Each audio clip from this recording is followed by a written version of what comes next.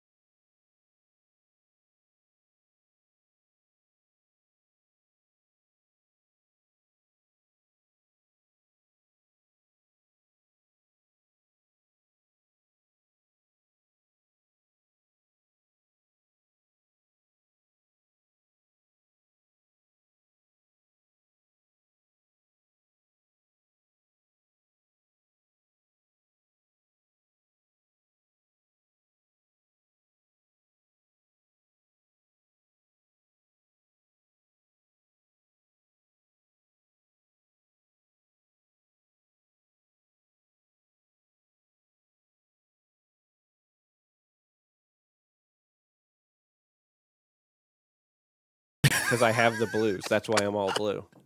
Can't do that. Maybe you can. I don't know. I just respawn. It's fine. Oh, you.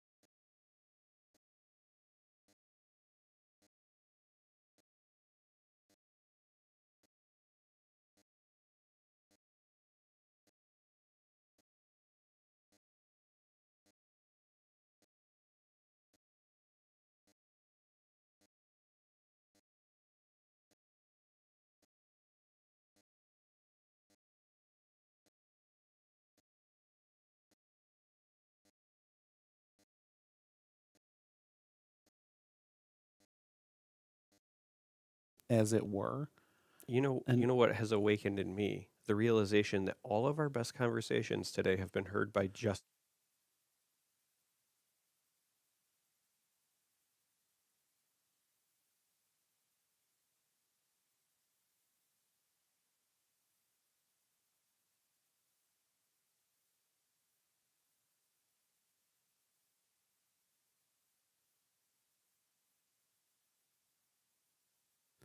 What do you know? A Haven on turn one. That's shocking to no one out of the Clarity deck.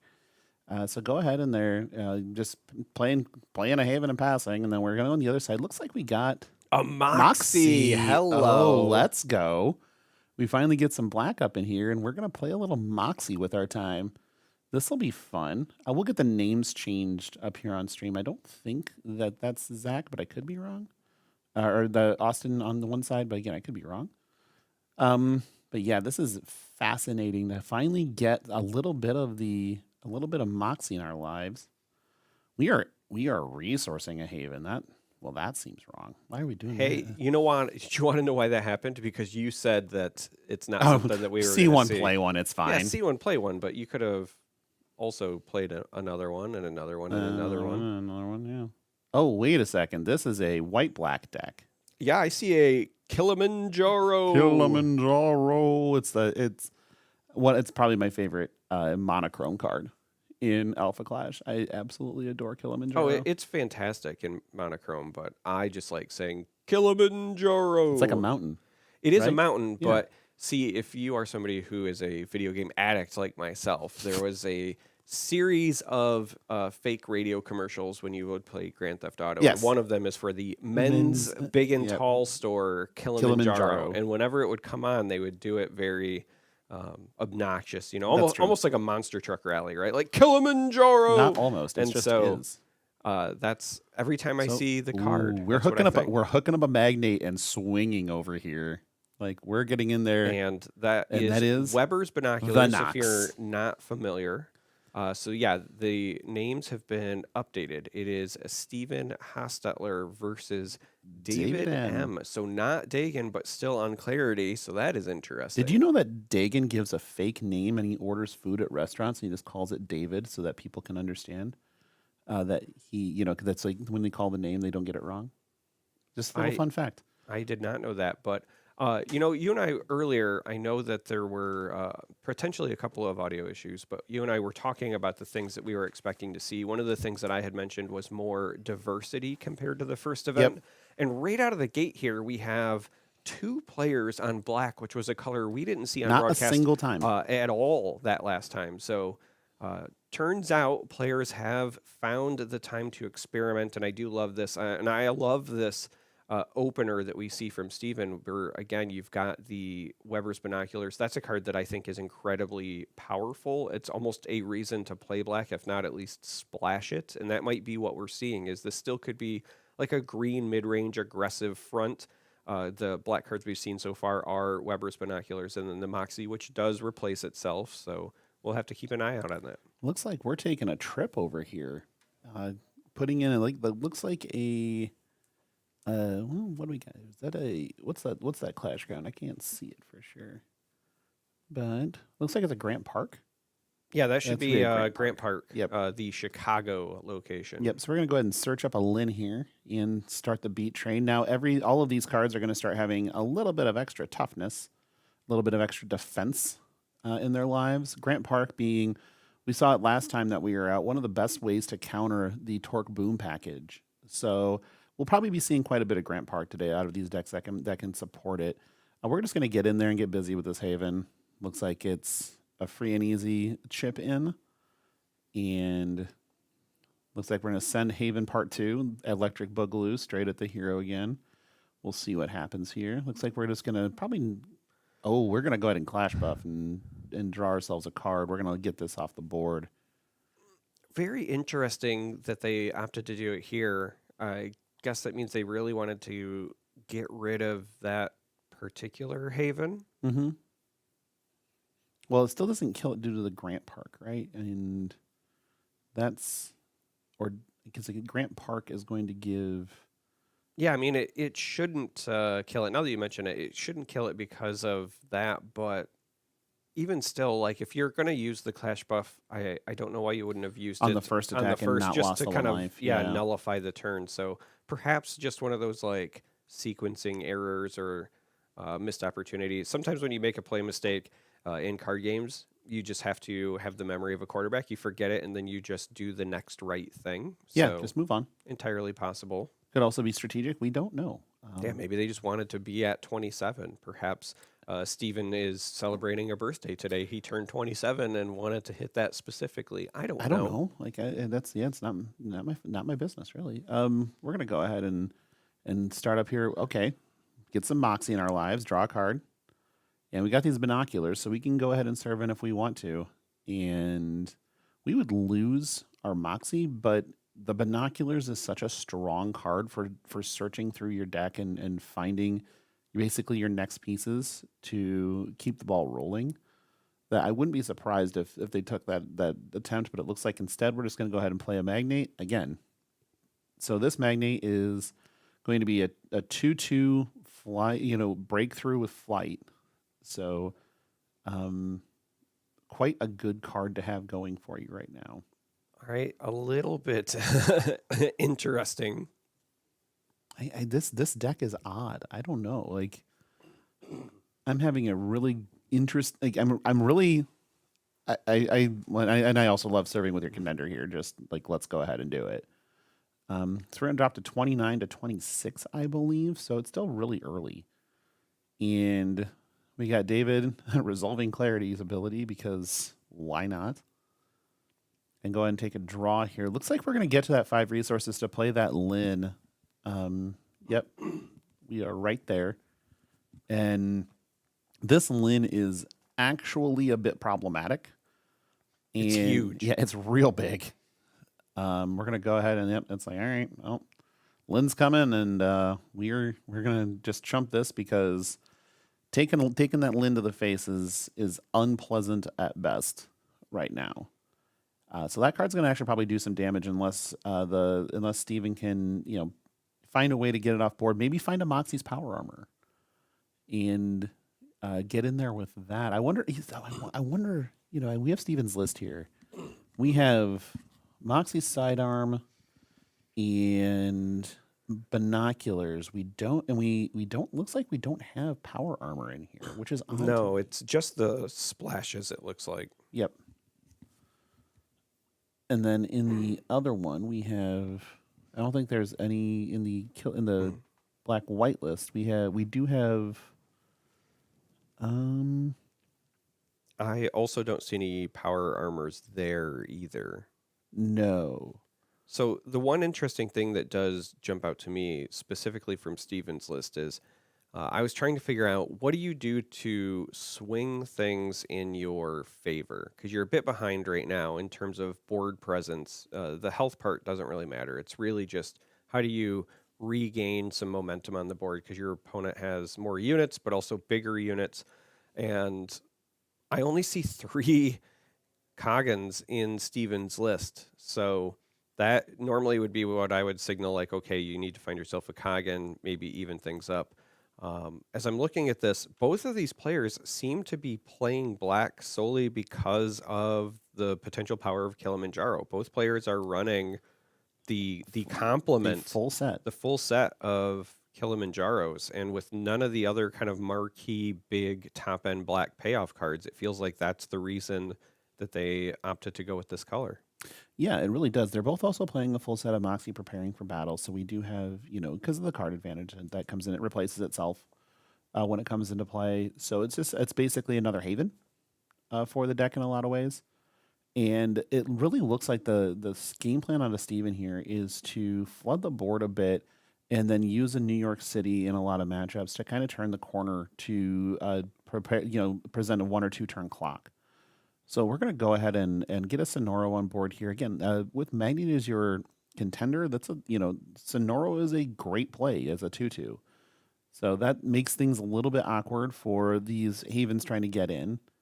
And we got the binoculars. Oh, we're going to hook Sonoro up, though. We're just going to go and start digging. And I think that is a great idea right now. Let's take a look at what we got. And finds a Magnate. So we're going to go ahead and stay low to the ground here and come in for just an easy 2, a quick block here. Again, Grant Park in play, kind of keeping things free and easy to just take that block and no big deal. And we're going to get it off the board and come in with our contender. We're just going to trade a little bit of damage. So one of the things earlier on that you and I were talking about was the presence of these more multicolored lists. And as I'm looking at David's list and his board, it does appear that he is on the special that you were referring to, that kind of 5-color, it's really a 4-color base, but that 5-color list, because as I'm looking at what we have here, we've got obviously white and black showing up, but there is definitely the one of Machina that you were talking about that a lot of times folks will search for with the Alpha Aster. And again, just kind of this bevy of different things that are splashable. Here we see a Clarity hitting the board. So again, just more filtering, more card draw. And I think that's what makes this deck work, right? When you take Clarity as your contender, and then you also run the full suite of the in-deck clarities, if you will, you give yourself a lot of ability to search through your deck. And that doesn't mean just finding the cards you want, but it also means finding the resources you need if you're playing a bunch of different colors. It doesn't hurt that the Clarity comes down and then pumps your team. That doesn't hurt at all. That also, that is the icing on a Clarity cake for sure, but that Clarity cake is very delicious. You have to be able to play your cards. And so my point is that while any card can be a resource, you still need the right resources of the appropriate colors. And so finding them and finding the right ones is very, very important. Yeah, absolutely. It looks like we're just keeping our heads above water, Steven over here, because this is a turn to block out and try to not take all the damage, and still took a healthy amount and drops to 19. That again, the Clarity swings when it comes to how much that card impacts the game is very real. I wouldn't surprise to see him just hit Sonoro with this instead of going up top. Just clear the board. Like let's see what the answer is here. Nope. We're just gonna go straight to the face. Yeah, you know that Steven needs to clear out your board. So why do Steven's work for him? Just get the damage in and make him attack into your units while you've got this big forward momentum push. You're also making the most out of your Clarity buff. As you said, when she comes down, she buffs your team. So getting that utilization as well is, I think, really important. The other bit is, as you're looking across the table, you see that your opponent is on this green-black deck. And so if you're somebody saying, okay, I've got a pretty wide board, I've got these big meaty units, what am I afraid of? Well, Coggin, but that only answers one unit, right? Right. So you don't have to worry about the Torque Boom combo, or even just Here Comes the Boom in general at this point, because they would have to show you something that you haven't seen from them yet, right? At this stage of the game, I think it would be a fair assumption to just say like, "Hey, I don't think that they're, running that." No, yeah, So, yeah, like you definitely could. Like obviously the deck lists aren't open over here, so David is going to not play around anything particular. I mean, with no Koggin, it's going to not with Koggin only being able to really take out two things, unless you can get rid of this being able to blow one up with its ability and then attack into something. So it's going to be a 2-for-1 if he plays a Koggin here, but the other end of the spectrum is, we're only at 5 resources on Steven's side. And he's going to have to weather another turn of this. Unless, again, getting rid of that Grant Park is probably, got to be what Steven's thinking right now, is that needs to go away. And it's going to be rough sledding for Steven here to kind of turn the corner with this matchup, I think. It's getting ugly. We're going to play a 5-drop Sonoro and hope to kind of stabilize a little bit of 4-drop Sonoro, excuse me, and kind of stabilize a little bit here. We're going to attack in with Sonoro. yeah, if you're Steven, what you're really hoping for is something like an Amazon Rainforest, something very inexpensive, Something cheap, that would clear out the Grant Park Chicago Clash Ground. Yeah, that thing is actually being a very big problem right now. So we will go ahead and get Sonoro attacking again to ready the Sonoro that was already in play. There's a lot of Sonoro right now. He's kind of everywhere. He's so hot right now. The sound-based hero is echoing across the battlefield. Okay. I'm really glad people can't see my face and how disgusted I am by that. This board position is very bad for Steven. It probably can't be overstated. So this is I'm imagining that there's going to be a clash buff out of Steven on this turn to kind of mitigate some of this damage, because otherwise, where do we go with this? Where your board is very, very, knocked down, and you've got David digging 2 cards a turn, to find what he wants and what he needs to play out his hand. Am I seeing this right? Steven appears to have like a fistful of cards over there, so I'm wondering if it was just running into the wrong half of your deck, because that just feels like an awful lot of cards to not have a splashier turn than what we just saw. No, absolutely. And again, it might be a little bit of resource choke and just have all of his top end right now, rather than be able to make a big turn. Or he's just holding water for a big turn of being able to play multiple things and with a New York City behind it to try to just close the game in one shot. That would explain a lot of why, like, if that's the game plan, why we're serving in with our contender when we're definitely behind on board and lower in health parity. So I am somewhat concerned with that, but we'll see what's happening here. You've got for 4. Yeah, the board's so big. We need to move this. Kilimanjaro, the big and tall men's store. Kilimanjaro has come into the field. There's got to be a clash buff on the Magnate on this one. Like, there's absolutely no way that you're going to be able to. There doesn't have to be. There is also the option to just go to game 2. There is the option.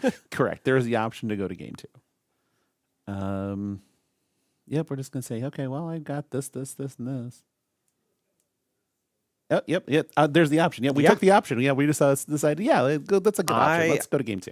I have been on that side of the table, the losing side, enough times in my card game career to know when you just go to game 2. Yeah, you just. In fact, some might even say I'm an expert of moving to the next game. Yeah, knowing when to concede is a skill. That is, we talked about it earlier when we were on mute, that the going to time issue, a draw issue. So I think in this game, because the game does move into the end game phases kind of at a slower clip, that knowing when to concede is actually a skill in this game. Knowing when the game is actually over and you can't reasonably recover, instead of playing out the string, because these games can go long, it's okay, I need time to win games 2 and 3. So let's go ahead and just move away from this one where coming back is not on the table, and sort of go forward into the next phase of this. So we're going to go ahead and look at the sideboards a little bit here. We've got out of Steven 3 Magnate's Plans, 3 Magnate's Traps, and 4 Sinister Assistants. Some, if not all of that, will come in this matchup. On the other side, we have a surprise. We have an Apex and 3 Sharpshooters, 3 of Lin Nanite Warriors, so that's the tapper. So when it comes down, it goes ahead and engages a unit. And then 2 Plasmax to go with the Plasmax in the main. Oof. What do you think if you're David here? Do you even make a change? I You don't. didn't I see a don't think lot. you do. When I'm looking at the sideboard, if I'm being honest, a lot of these feel like you're running a bit of a toolbox in the main deck, and if there's a piece that you want to make sure you hit, the sideboard honestly really feels like figuring out your color ratios. Mm-hmm. I'm not seeing anything, with the exception of maybe Surprise, that you bring in specifically for a matchup as much as it's things that you would bring in if you just needed more of a color, if a certain card in your deck was that much more important. Yeah. So I don't think that it would warrant a change. You did incredibly well in that first game. It was a pretty dominant performance. I think that you can feel good just running it back. And then that way also you'll have seen perhaps what Steven has decided to bring in, and then maybe you adjust accordingly. But Yep. No, that makes sense. I think I think we're going to see probably a lot of movement out of Steven and not a lot of movement out of David on this. But the sideboarding happened very quickly, and we're already into the mulligan portion of the show for game 2 here. So looks like, oh man, it looks like David might actually have kept his entire hand. Which, oh no, okay. About to say, I don't know about that. that doesn't seem right. He's a Yeah. clarity player. They always Right. filter. They always filter. Yeah, that's the mulligan in this game is it's great. So you shuffle any number of cards back in to your deck and draw that many. I think the only mulligan I like better in card games right now is actually Lorcana's, oddly enough, because Lorcana's same thing. You pick any number of cards, but you put them on the bottom, draw, and then shuffle. So you never get the cards that you threw away back specifically. My favorite mulligan I employ through all card games, which is that I just stack my deck because I'm a filthy cheater. Because you're a filthy cheater? That's fair. And if you're listening at home, this is 100% a bit. It's a bit. My win-loss record shows that I'm not a cheater. Or you're very bad at it. One of those two things. You could just be bad at cheating, Yeah. which is also, real. Okay. So what did we get down here? Looks like we already played a rainforest. So we're going to kind of start out a little bit hot here and demand an answer for a card. Does it demand an answer, though? No, I don't think if you're the clarity player, it does. I was just about to say, I feel like this actually might have been a bit of a misplay. Hear me Yeah. out. Unless you have another rainforest already in hand and this is bait, in which case I respect it. But otherwise, you had to deal with Grant Park for the entirety of last game. You want a good, cheap answer. This might be one of those times where you just hold on to it, wait for the Grant Park, and then you overwrite it with the rainforest. Oh, we're trapping. We're over here with a trap down on David's side. Steven draws up with Rainforest here, and I think you're right because you're allowing the clarity deck to see effectively, up to 4 cards a turn right now. Yeah, this is a deck that really prioritizes wanting to see more of its deck. Like that's the entire build, and so when you turn 1, do something that just goes into their game plan without the ability to overwrite something. And then right out of the gate here, Sharpshooter Moxie. Steven runs into bees. Yeah, right. Bees in the trap. That's what happens. That was an interesting trap. I love the fact that there's also Morak sitting in David's deck. That's a thing. Yeah, I do love the discarded.